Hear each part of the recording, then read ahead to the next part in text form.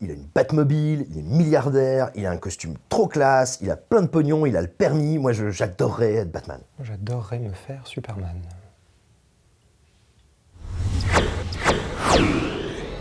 He has the power to wipe out the entire human race.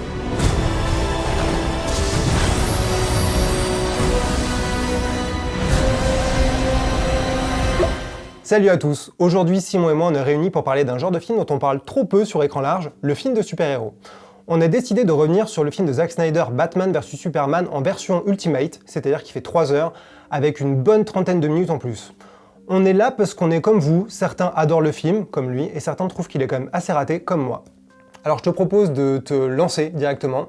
Pourquoi le film est bien selon toi en citant une scène qui représente vraiment la beauté et la grande sagesse de Zack Snyder? Eh ben, écoute, tout simplement, moi c'est l'ouverture qui me touche beaucoup, parce que je me souviens quand je découvre le film, et même pas la version longue, la version cinéma pour le coup, en salle, je commence en me disant mais qu'est-ce qu'il est allé nous rejouer la mort des parents Wayne, je l'ai lu 4000 fois dans les comics, je l'ai vu 700 fois au cinéma, en dessin animé, enfin vraiment c'est un truc qui est essoré, qui est totalement digéré dans la mythologie, c'est-à-dire que personne ne va apprendre que les parents de Batman, j'allais dire de Batwayne, de Batman sont morts, et donc voilà, je suis très sceptique quand commence cette séquence, et en fait très rapidement je découvre que comme souvent dans les films de Snyder, eh ben, l'intro est superbe, parce que c'est un truc qui travaille énormément, c'est toujours de la note d'intention pour lui, on se souvient de celle de l'Armée des Morts qui a traumatisé tout le monde, même celle de Sucker Punch dont je suis pas fan, elle est léchée mais à mort, et donc là je constate qu'il arrive à totalement se réapproprier un vieux carcan mythologique de DC Comics, déjà en y mettant son style, sa patte. Moi il y a des plans qui me restent en mémoire, comme cette vision subjective de Martha Wayne qui va être tuée avec le flingue encadré par son les collier à perles qui explosent, c'est très original. C'est assez marquant. Mais, voilà, mais je trouve qu'il y a vraiment de très très belles choses, et surtout là où lui il va rentrer encore une fois sa note d'intention et sa vision du mythe, c'est quand on revient sur le jeune Bruce Wayne qui vient de tomber dans ce qui sera la Batcave, qui a probablement la cheville cassée, qu'arrivent toutes les chauves-souris, et ça aussi on croit l'avoir vu 10 000 fois, mais on reste pas juste sur ces chauves-souris autour de lui, tout d'un coup il s'élève, et là on comprend qu'on est dans un personnage qui a un rapport au fantasme et au réel qui est quand même assez perturbé, avec sa voix off qui nous laisse entendre quand même qu'il va pas bien, et je trouve que véritablement cette imagerie elle est à la fois très forte d'un point de vue iconographique, et elle nous dit déjà énormément sur les personnages, et elle nous en dit d'une manière que j'ai pas encore vue au cinéma, et qui donc tout de suite me plonge dans le récit. Moi c'est l'autre introduction du film, c'est celle où Bruce Wayne il arrive à Metropolis, dans une des villes, et où il y a la destruction à la fin de Man of Steel, donc Metropolis. Ce que j'aime là-dedans, c'est qu'il y a le contre-champ de Man of Steel. Et ça montre bien le problème que j'ai avec le film, c'est que j'en aime la théorie, j'aime ce qu'il veut raconter, mais je trouve que la mise en scène et l'exécution n'est pas à la hauteur. Donc en théorie, j'adore cette idée du contre-champ sur la réalité, du chaos, et ce que c'est pour les gens qui sont en bas, du côté de la Terre, qui voient le spectacle de Superman qui explose tout et qui fait des dommages collatéraux dans tous les sens. Ça me plaît, ça m'excite, ça me stimule, je me dis ok c'est vachement cool, j'ai rarement vu ça dans un film de super-héros, de passer de l'autre côté, l'autre point de vue. Mais en revanche, l'exécution me pose problème parce que je trouve que c'est pompier à mort, que ça en fait des caisses, de l'imagerie du post-11 septembre avec Bruce Wayne qui court comme ça dans les nuages de fumée, à cette idée de Bruce Wayne qui va sauver sa famille, c'est-à-dire ses employés, j'ai envie de rire quand même, et même quand il va sauver cette petite fille qui est quasiment écrasée par un truc qui ressemble franchement à une croix, c'est quand même ultra grossier et un peu ridicule. J'ai l'impression que si on faisait une parodie de Zack Snyder, ça pourrait ressembler à cette intro. Et ce dernier plan avec ce mouvement de grue et vraiment Ben Affleck qui regarde le ciel genre « Je te maudis !» en silence comme ça, j'ai l'impression que c'est... On a compris la note d'intention, je vois ce que tu veux dire, dans cette manière d'encapsuler tout ce qu'il veut raconter, mais il le fait d'une manière tellement grossière que je suis toujours tiraillé entre « Ok, j'aime ce que tu essaies de me raconter, mais par contre, franchement, le curseur, baisse-le de 12 parce que... » Là, ça devient vraiment ridicule et ça dessert ce qui, pourtant, a priori, m'intéresse. Bon, mais autant rentrer dans le dur, dans ce qui est vraiment le cœur, l'argument du film, à savoir la confrontation entre deux mythes de la littérature super-héroïque, Batman d'un côté, Superman de l'autre. Et toi, t'y crois à cet affrontement Tu crois que ça marche et qu'il y a de vraies raisons à ce qu'il y ait un V entre Batman et Superman? Comme il assume que ces personnages sont des idées, des allégories, beaucoup plus que des êtres de chair et de sang, du coup, moi, je suis très sensible au fait qu'en gros, à mon sens, Batman soit une espèce de représentation de la diplomatie américaine, qui est en gros une espèce de guerre préventive faite pour défendre ses intérêts. Tu disais tout à l'heure, bah oui, on a détruit sa famille, à savoir son entreprise, mais oui, c'est les États-Unis. Les États-Unis, tu touches à leurs intérêts, ils décident que t'es l'ennemi et ils vont tout faire pour te détruire. À l'inverse, Superman est cette idée dont tu sens qu'elle est un peu plus étrange pour Snyder, il a du mal à lui donner corps parce que je pense qu'il la comprend pas, il trouve ça bizarre, un être bon et qui croit dans la bonté. Et donc du coup, Superman, il est pas du tout au début décidé à ce que Batman soit son ennemi, en tout cas à ce qu'il faille être coercitif avec lui, mais il a pas le choix parce que si on veut te détruire, si on dit tu es l'ennemi, tu es la menace et donc je dois t'affronter, t'es obligé d'arriver jusqu'à l'affrontement, tu pourras pas rester la Suisse. Mais moi c'est ça le problème que j'ai avec le film, c'est qu'il a la théorie de si tu as quelqu'un de méchant en face de toi, tu vas forcément devenir méchant. Et moi j'y crois pas du tout parce que Clark Kent et Superman c'est un être lumineux et on voit qu'en plus dans celui-là particulièrement de film, il est vraiment confronté à l'idée que le monde il est gris en fait, c'est pas le bien contre le mal, il est le bien incarné selon lui et selon plein de monde, mais plein de gens le perçoivent comme un danger, il a tué plein de monde malgré lui, donc j'ai du mal à me dire que d'un côté il va au Sénat pour un peu rendre des comptes, et montrer qu'il se rabaisse au niveau de la justice humaine, et que de l'autre, quand il voit Batman affronter des gens et essayer de faire justice dans une ville qui est vraiment ravagée par le crime, et il le voit lui-même quand il met les pieds à Gotham, j'ai du mal à me dire qu'en voyant ça, il se dit aussitôt c'est un ennemi, il faut que j'arrête sa Batmobile plutôt que de discuter. Mais ça c'est un vrai problème, je pense qu'on va forcément le réaborder directement quand on ira dans les scènes d'action, mais alors là-dessus je suis d'accord, moi mais comme toi je pense un vrai problème sur l'articulation, sur la bascule. Bon mais alors du coup, est-ce que ça veut dire que toi par exemple tu considères comme beaucoup que le film est trop dark, trop sombre, trop désespéré? Le titre, c'est deux choses qui s'affrontent et pendant tout le film, il y a beaucoup de couches qui sont passées, donc ça peut être lourdingue, mais j'aime l'idée que le sujet soit l'affrontement, la guerre de tous les côtés. Ça commence avec des gens qui meurent, des gens qui sont détruits. Quand Lois elle est dans un pays où il y a une guerre, c'est aussi l'idée que des gens s'affrontent avec des espions.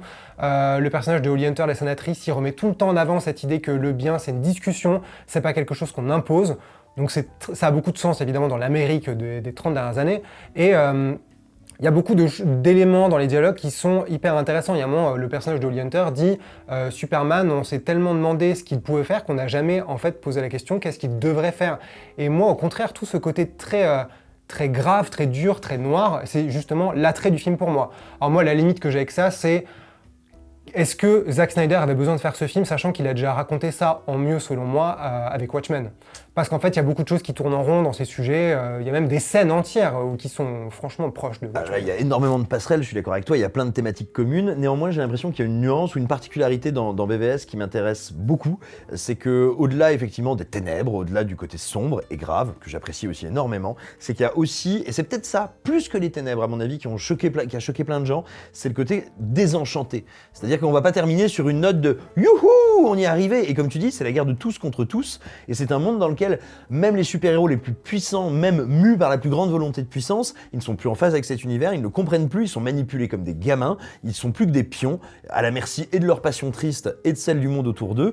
Et ça, en fait, c'est encore bien pire que le dark. Au moins, on peut donner à Zack Snyder, à la Warner à l'époque, d'avoir été à fond dans le truc, alors en poussant parfois les curseurs trop haut, selon moi, mais tu vois, l'idée d'avoir un super-héros qui va devant le tribunal, enfin le Sénat, je trouve ça super beau comme image. Le super-héros le moins terrien, vraiment l'image absolue du truc le plus galactique, le plus puissant, vraiment le demi-dieu, la figure christique, le ramener sur la Terre, dans le bois du Sénat, et lui dire « La Constitution, mec, qu'est-ce que t'en fais là? Parce qu'en fait, qu'est-ce qu'on fait de toi? On sait pas comment gérer un truc comme toi. » Et puis en matière de pouvoir, il y a un personnage qui cristallise toutes ces questions, et puis qui cristallise aussi le désir de conquérir et de dominer la notion de pouvoir, c'est Lex Luthor. Moi, je suis extrêmement excité par le personnage parce que il ose quand même, alors là, pour le coup, aller mais à rebrousse-poil total de sa représentation dans les comics, qui est quand même cette espèce de giga occidental caucasien, limite arien, qui veut toujours être puissant, qui est là, qui a l'air d'avoir toujours des costumes 3 fois trop petits pour lui, qui a le torse bombé, voire qui se retrouve toujours dans des mechas, dans des machins, dans des trucs. Là, il te prend cette espèce de créature chétive, hystérique, qui part dans tous les sens, de hipster des enfers, qui peut pas terminer un discours devant des happy few, quoi. Et Jesse Eisenberg, c'est un choix qui à la fois me plaît parce qu'ils y vont à fond, ça en fait un Lex Luthor qui est toujours à la limite du malaise, à la limite d'être ridicule et grotesque, et en même temps il est tellement étrange, et on sait que c'est Lex Luthor, et c'est Jesse Eisenberg qui arrive parfaitement à faire l'hystérique renfermé, mais ça vient de Social Network, donc je trouve que Zack Snyder, voilà, il n'a pas été cherché très loin. C'est un peu, encore une fois, les deux facettes dans le même personnage de ce qui me plaît dans le film et ce que je trouve un petit peu too much, un petit peu facile, un petit peu... Alors moi je trouve pas ça si facile parce que j'ai vraiment l'impression que c'est un risque, mais comme je te disais, on va dire par rapport aux fans qui vont être décontenancés de ce choix, et aussi parce que du coup, dans cette mécanique qui est ultra huilée et à force de symbolisme, que ce soit celui de Batman, celui de Superman ou celui de Lee Hunter, de ce personnage, on va dire, qui est un peu Capra, qui serait battu avec des cochons toute sa vie, quoi, et ben là, le fait de mettre Jesse Eisenberg, et on le voit très bien dans la scène où ils sont tous les deux confrontés dans les bureaux de Luthor, devant cet énorme tableau, et où il lui sort aussi sa réplique sur genre non, les démons ne viennent pas de sous terre, ils viennent du ciel. Ouais, mais tu vois, du coup, il injecte dans son film avec le personnage de Luthor une vraie dose d'humanité, surtout d'imprévisibilité. C'est-à-dire que moi, dans cette séquence, je me dis, mais en fait, il va sortir un flingue, il va oui, c'est ça, on dit qu'il va l'égorger et après mettre une perruque et aller au Sénat, quoi. C'est exactement ça. Et du coup, même si j'entends, oui, là, tu vois, la connexion de prendre, pour faire hipster 3.0, on va prendre celui qui avait fait hipster 2.0, j'entends le grief, mais en même temps, ça injecte dans le film quelque chose de vraiment un peu perturbé, troublant, auquel je m'attendais pas. Et il y a un autre truc aussi qui dit que je trouve vachement intéressant et qui résume, encapsule quasiment toute la thématique du film, c'est que le pouvoir ne peut pas être innocent. Et alors ça paraît con comme ça, on dirait la philo en cours de 3e, mais en même temps, c'est tout le sujet du film. Ça peut paraître con, mais en même temps, c'est hyper stimulant, c'est simple, mais ça met toute la thématique de fond sur mais est-ce que quelqu'un comme Superman ou Batman, peu importe si c'est un pouvoir divin incroyable ou un pouvoir qu'on donne à un homme, c'est-à-dire le pouvoir de l'argent et de l'ambition et de la folie destructrice ou réparatrice selon le point de vue, est-ce que au final ça peut rester blanc comme neige et innocent? Bon, la réponse du film, visiblement, c'est que non. Quand on parlait de choix de casting aussi, il y a un truc que beaucoup de gens ont débattu, c'est Ben Affleck en Batman, puisque, bon, Henry Cavill, on va pas en reparler, puisqu'il était dans Man of Steel, qu'on aime ou pas, c'était pas une nouveauté dans ce film-là. Ben Affleck en Batman, pour toi, c'est une bonne idée, ou c'est... Alors pour moi, c'est une bonne idée. Ce que j'aime bien, c'est qu'il a eu droit au traitement de tous les Batman, c'est-à-dire que quand il a été embauché, tous les fans ont fait « c'est nul, ça va être pourri !» Et puis ils l'ont découvert, ils ont fait « oh, qu'est-ce qu'il est bien, j'en étais sûr !» Donc bon, hein, tous ceux qui crachent sur Pattinson, on se reparle dans 2 ans. I'm vengeance. Mais non, moi je le trouve très très bien. Ce qui est intéressant, si tu veux, c'est que quand il embauche Ben Affleck, c'est pas à n'importe quel moment de sa carrière. On n'est pas il y a 20 ans à la sortie de Will Hunting. On sait, ça se sait à Hollywood et ça se sait dans une grande partie du public que Affleck a eu des problèmes de dépendance, d'alcoolisme, que ça n'est plus du tout un jeune premier. En tout cas, il ne peut plus jouer. Et d'ailleurs, il ne veut plus jouer ça. Et il le porte en Batman. Il le porte physiquement. C'est-à-dire que même s'il est physiquement très en forme, on peut pas dire qu'il soit laissé aller avant le tournage. Néanmoins, tu sens qu'il est plus empâté, plus terrien, plus lourd que les autres Batman. Tous les problèmes psychologiques ou toute la détresse humaine dont tu parlais, elle s'incarne physiquement. C'est-à-dire, ça se voit hein, quand il fait le Batman bourré, ce qu'on a vu aussi Christian Bale faire dans les trucs de Nolan, tu vois, quand il doit socialiser et qu'il veut jouer le milliardaire indolent.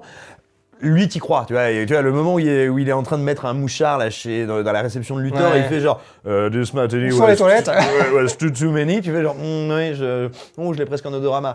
Et vraiment, tu vois, il y a un truc de pathétique dans le personnage qu'il assume, et ça marche à fond. Je trouve qu'il est également physiquement très très crédible en Batman. Je terminerai juste, même si c'est pas tout à fait le même sujet, mais je trouve qu'on va dire ça interfère, ça parasite un peu sa performance. En revanche, je suis pas du tout convaincu par le look de Batman, de ce Batman. Esthétiquement, c'est probablement le costume que j'aime le moins dans ceux qui ont été faits au cinéma, y compris ceux de Joel Schumacher, je tiens à le dire. Et du coup, ça me parasite un peu sa performance, quand bien même je la trouve excellente. Pour Ben Affleck, moi j'ai pas trop de problèmes avec lui, j'ai plutôt de problèmes, enfin je m'en fous d'ailleurs de Ben Affleck dans l'absolu, dans ce film-là, j'ai plus de soucis avec l'écriture, j'ai beaucoup de mal avec la manière dont on essaie de me faire croire que Batman il est abîmé avec le costume de Robin mis en évidence. J'ai beaucoup de mal à croire au fait qu'il est abîmé physiquement alors que le mec il porte des pneus dans sa Batcave. Le mec on dirait qu'il est à 2 doigts de taper The Rock il y a 10 ans sur un ring de MMA quoi. J'ai beaucoup de mal en fait à y croire parce que comme ça je repense à l'état dans lequel était Bruce Wayne dans Dark Knight Rises. J'y croyais plus, c'était peut-être plus simple parce qu'il avait une béquille et qu'il était vraiment abîmé et puis il y avait cette idée qu'après on le réparait physiquement, donc il y avait quelque chose qui était crédible parce que c'était à l'écran, c'était physique. Il était cassé et il fallait qu'il se relève physiquement. Alors, bon, niveau lourdeur, pareil, Christopher Nolan, coucou, mais au moins, c'était mis en scène d'une manière à peu près claire et limpide. Là, dans celui-là, je vois pas trop l'évolution. J'ai l'impression que j'arrive pas à y croire. En fait, encore une fois, c'est une donnée qui m'est énoncée. Ce mec-là est un peu usé. Puis à un moment, il y a un dialogue pour me dire « Oui, tu sais, Gotham a abîmé tellement de monde, moi j'ai perdu foi. » quoi. Mais là, pour moi, on arrive à un truc qui est... Alors, bien sûr, il faut pas refaire les films ou dire « On aurait dû raconter ça », parce que, en tout cas, faut pas trop le faire, parce que, par définition, c'est absurde. C'est pas nous qui les faisons, donc c'est débile. Mais... Néanmoins, il y a un truc dont je suis convaincu, depuis que j'ai revu le film pour préparer la vidéo, c'est qu'en fait, peut-être, et moi je te dis ça en adorant ce film, mais le vrai problème, dans le fond, c'est qu'en réalité, avec l'écriture qu'il y a du personnage, que moi j'aime beaucoup de Batman, pour moi il y avait une logique interne évidente, c'est que c'est lui qui devait mourir à la fin de l'affrontement.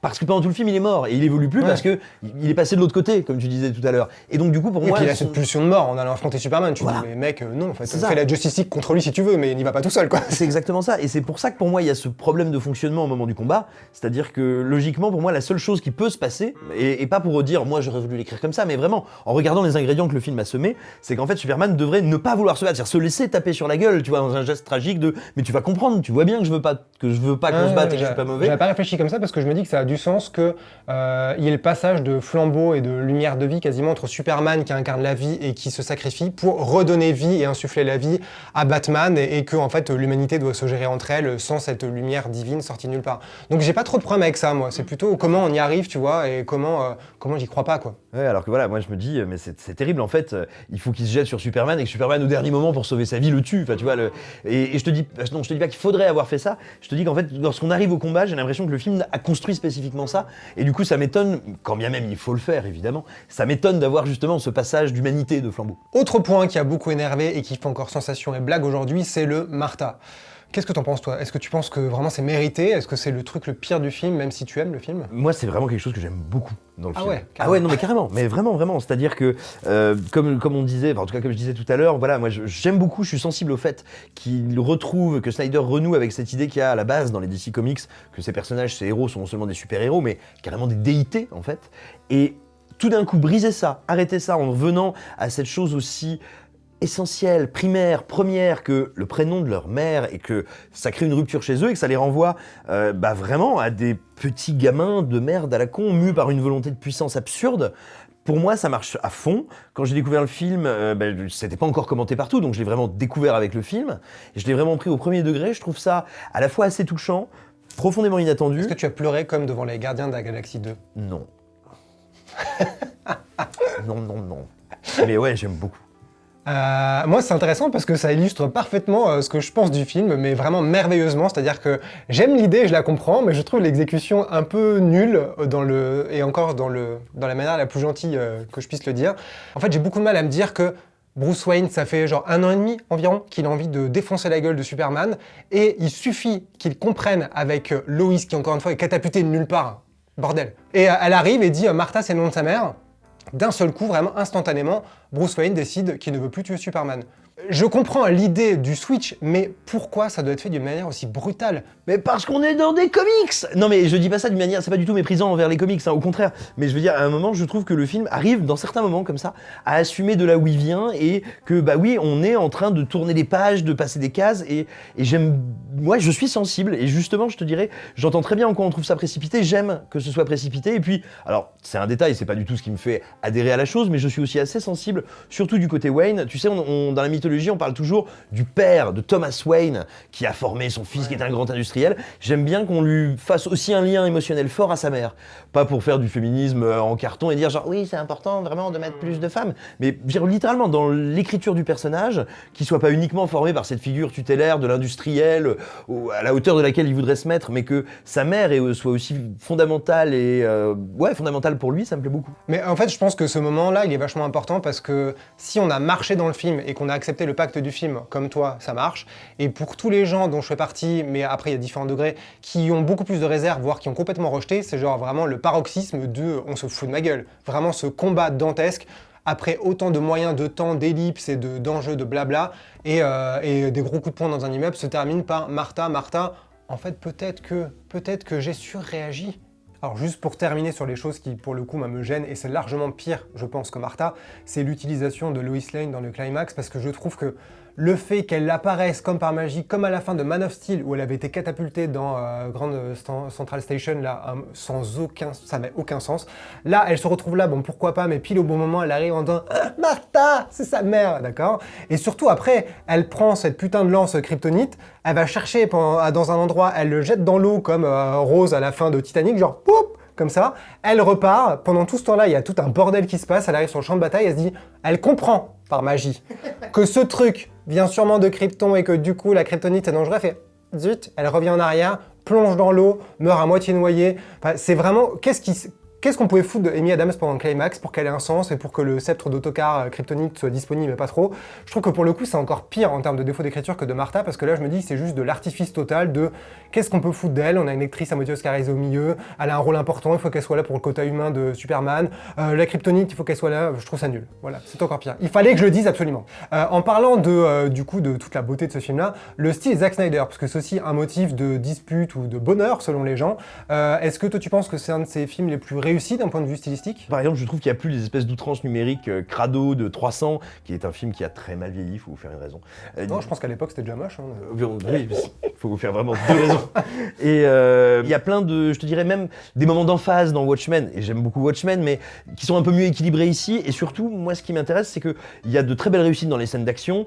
Même s'il n'y a pas énormément d'enjeux sur la poursuite à Batmobile, elle est canon. Il y a bien sûr cette fameuse scène de baston sur laquelle on va pas revenir parce que finalement il y a peu de choses à dire. Elle est super réussie avec Batman, elle est canon, elle est bien faite, enfin non, peut-être que tu vas dire autre chose, mais je reviendrai dessus. Voilà, mais moi j'ai pas grand chose à en dire à part que je la trouve extrêmement réussie, très efficace.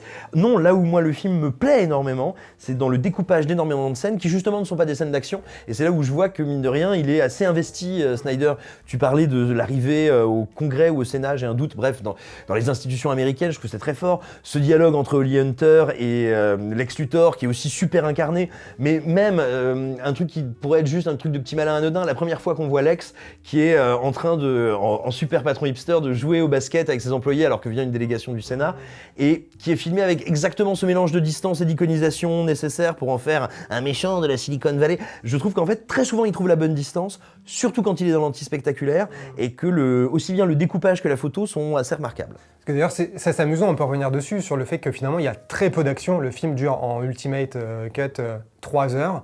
Finalement, il y a très peu de scènes d'action. Je trouve que c'est plutôt bien découpé, j'ai pas de vrais problèmes. Encore une fois, chez Snyder, je trouve que visuellement c'est beau, j'aime beaucoup j'aime bien la colorimétrie de ces films, j'aime bien la photo, j'aime bien. Je trouve ça beau visuellement. Le problème que j'ai, c'est plutôt quand il va dans les purs effets spéciaux, dans le CGI total. Doomsday quoi, le climax c'est à Doomsday, moi j'ai l'impression que, bon déjà c'est un peu dégueulasse, je pense que même quand on aime le film on se rend compte à quel point il a une tête de trisomique obèse, on dirait quasiment un cousin de Prometheus parfois, et dès que ça commence à être dans l'explosion, dans des immeubles qui pètent avec des flammes, j'ai l'impression que c'est des flammes qui sont réutilisées de film en film, qu'on voit à la fin de Wonder Woman, le pont entre les deux ne sert aucun des deux films, peu importe ce qu'on pense de Wonder Woman et Batman contre Superman, c'est pas très heureux, il y a un moment où les acteurs se retrouvent juste devant des fonds verts avec un espèce de néant obscur dans le fond, et des flammes et des trucs qui explosent. Et j'ai beaucoup de mal aussi avec l'iconisation du brushing de Gal Gadot en Wonder Woman à la fin. Alors, je sais que le personnage a quelque chose d'intrinsèquement kitsch, on peut pas faire sans. Mais quand elle est sur le champ de bataille et qu'elle se retourne avec sa mèche comme ça et qu'elle fait « Oh, c'est marrant, un nouvel ennemi », j'ai beaucoup de mal à pas rigoler. Quand j'ai vu en salle, j'étais avec quelqu'un qui explosait de rire et à la fin on en a beaucoup parlé parce qu'on s'est dit « Mais foutage de gueule, c'est quand même kitsch » et on sent que c'est pas...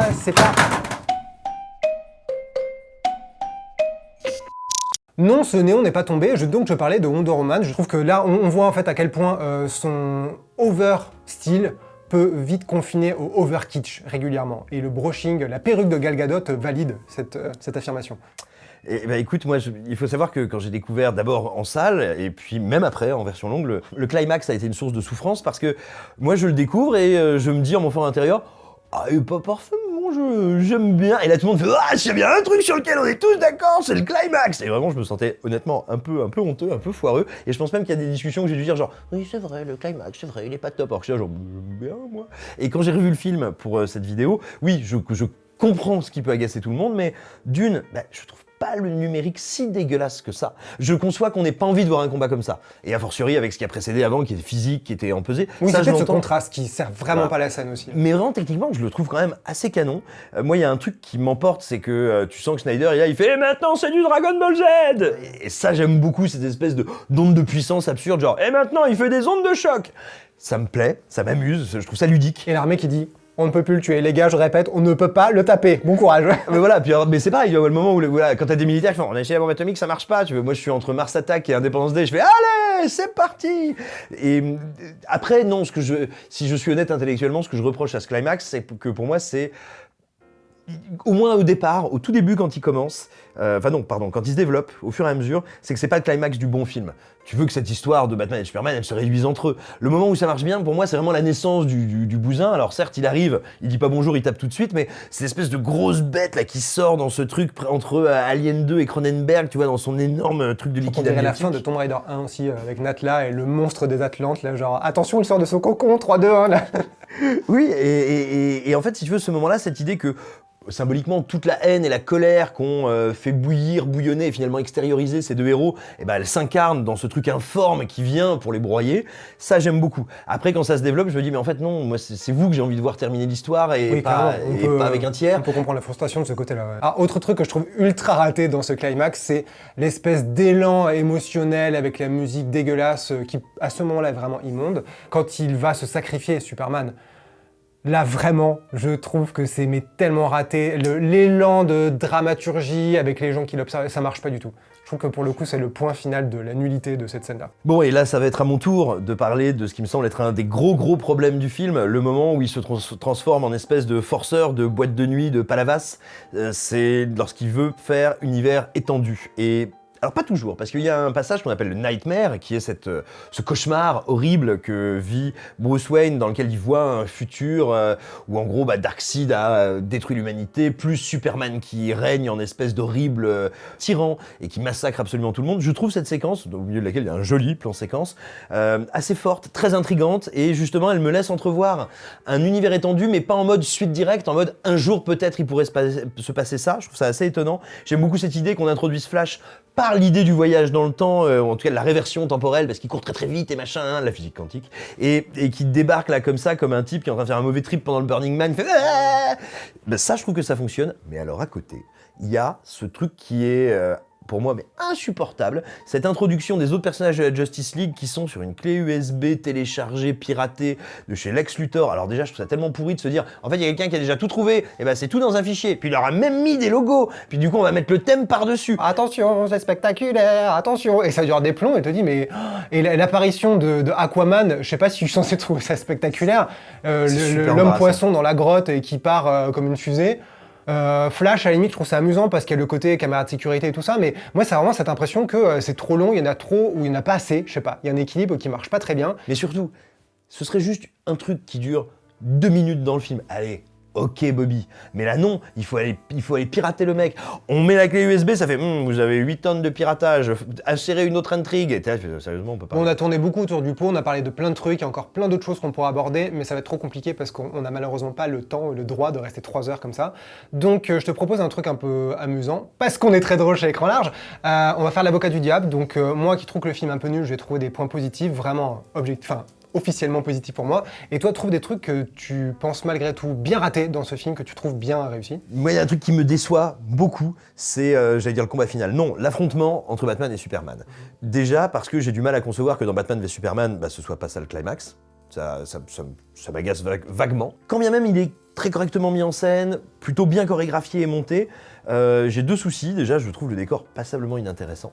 C'est vrai que c'est un peu tarte. Hein. Ouais. Qu'on les fasse pas se battre au milieu d'une boîte de nuit ou d'une pièce où il y a 200 personnes, enfin bref, qu'il n'y ait pas 3000 victimes collatérales, j'entends bien, mais je pense qu'il y a quand même beaucoup d'autres décors vides de victimes. À part le béton sous la pluie, il y a d'autres choses, oui. C'est ça, quoi. Je veux dire, à la limite, vu qu'on est quand même dans un film qui est ultra pompier, ce que moi j'aime, mais ok, je veux dire, allez dans une putain de cathédrale si vous voulez un beau décor vide, jouez-le à fond, ça marcherait très bien en plus, ça va. Mais bref, déjà, j'aime pas le décor. Je trouve qu'il y a aussi un énorme souci sur... ça va, quoi, genre, donc t'as, en gros, grosso modo, on envoie des bombes au poivre à Superman, alors il tousse un peu, il est un peu blafard, enfin... Tu vois, il est pas abîmé par le combat, je sens pas la dimension tragique, je la sens pas s'incarner physiquement. Ok, Batman, on lui casse un peu le casque, et puis il a un petit cocard, mais pareil, je le sens pas exténué ou blessé gravement par ce combat-là. Et en fait, moi je voudrais, a fortiori connaissant le cinéma de Snyder, moi je voudrais que ce combat, quand bien même ils deviennent copains à la fin, tu vois, je veux que ça les laisse sur les rotules, c'est ça qui doit se passer. Ou l'un, ou l'autre, ou les deux. Mais ça peut pas juste être genre, tu m'as un peu cassé mon casque, tu m'as réveillé mon asthme. Enfin voilà, il faut que ça se déboîte, quoi. Et non, je trouve le combat timide. Moi, un truc que je trouve très réussi, c'est comme dans Man of Steel, c'est la bande originale. Je trouve la musique de Hans Zimmer, qui est pour le coup accompagnée de Junkie XL, et il y a des moments super beaux. Alors, le thème de Wonder Woman, j'ai beau avoir des problèmes avec la manière dont le personnage est mis en scène, je le trouve super cool. C'est un des meilleurs de tout le DC des dernières années. Et je trouve que même le thème de Lex Luthor, il est vachement bien. Il correspond super bien au personnage et ça fait un vrai décrochage en termes d'ambiance et de dynamique que je trouve vraiment qui marche vachement bien. C'est ce côté un petit peu grandiloquent, un peu grotesque, mais en même temps hyper charmant, donc c'est parfait et encore une fois très inattendu. et même une piste beaucoup plus discrète qui s'appelle New Rules, et qui est vraiment sur un thème un peu en sourdine, un peu en arrière-plan, que je trouve super beau. Et c'est des scènes qui sont beaucoup plus calmes, des moments où Bruce Wayne réfléchit, des moments où il y a des grands et beaux dialogues profonds qui sont prononcés par les acteurs. Et cette piste-là, c'est vraiment une des plus belles, une des plus envoûtantes, et je trouve que j'avais adoré vraiment la BO de Man of Steel. Je trouve que c'est une des meilleures BO depuis 10-20 ans, et je trouve que là, il y en a moins, c'est moins génial dans toutes les pistes, mais il y en a 3-4 comme ça, que je trouve vraiment très très bien. Et voilà, c'est ainsi que se termine cette discussion qui anime les cinéphages, mais nous anime nous dans la rédaction depuis longtemps pour savoir si Batman v Superman est excellent ou excellent. Et donc... Si vous êtes team bon goût ou mauvais goût. Voilà, et écoutez, on espère que ce format vous aura plu, c'est un format qu'on va essayer de reproduire, d'affiner, d'améliorer. N'hésitez pas à nous dire en commentaire ce que vous pensez du film bien sûr, mais aussi si vous avez apprécié cette vidéo, dites-nous des choses gentilles, insultez nos mamans, nous on embrasse vos Martha.